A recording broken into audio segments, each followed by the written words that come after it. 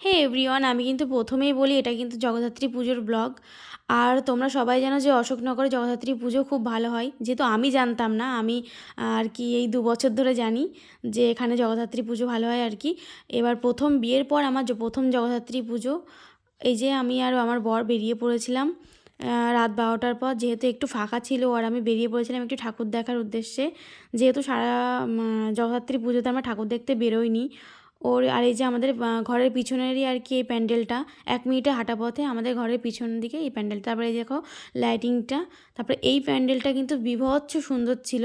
এর ভেতরটার থেকে একটু বাইরেটা বেশি সুন্দর ছিল। দেখো আমি কিন্তু বরের হাত ধরে কিন্তু প্যান্ডেলটার বাইরে একটুখানি ভাব মেরে নিচ্ছিলাম।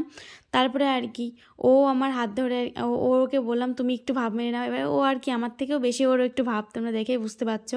তারপরে এই যে একটুখানি হাসতে লজ্জা পাচ্ছিল। তারপরে এই যে লাইটিংটাও খুব সুন্দর ছিল, দুপাশে জল আর কি, মাঝখান দিয়ে ওরা আমি যাচ্ছিলাম, দারুণ লাগছিল। তারপরে এই প্যান্ডেলের মায়ের মুখটা না খুব সুন্দর ছিল। আর কি এখানে দেখা যাবে কিনা জানি না, এখানে দেখা যাবে না। যাই হোক, যদি ভালো লাগে তো লাইক কমেন্ট শেয়ার, বাই, টাটা। পরে ব্লগ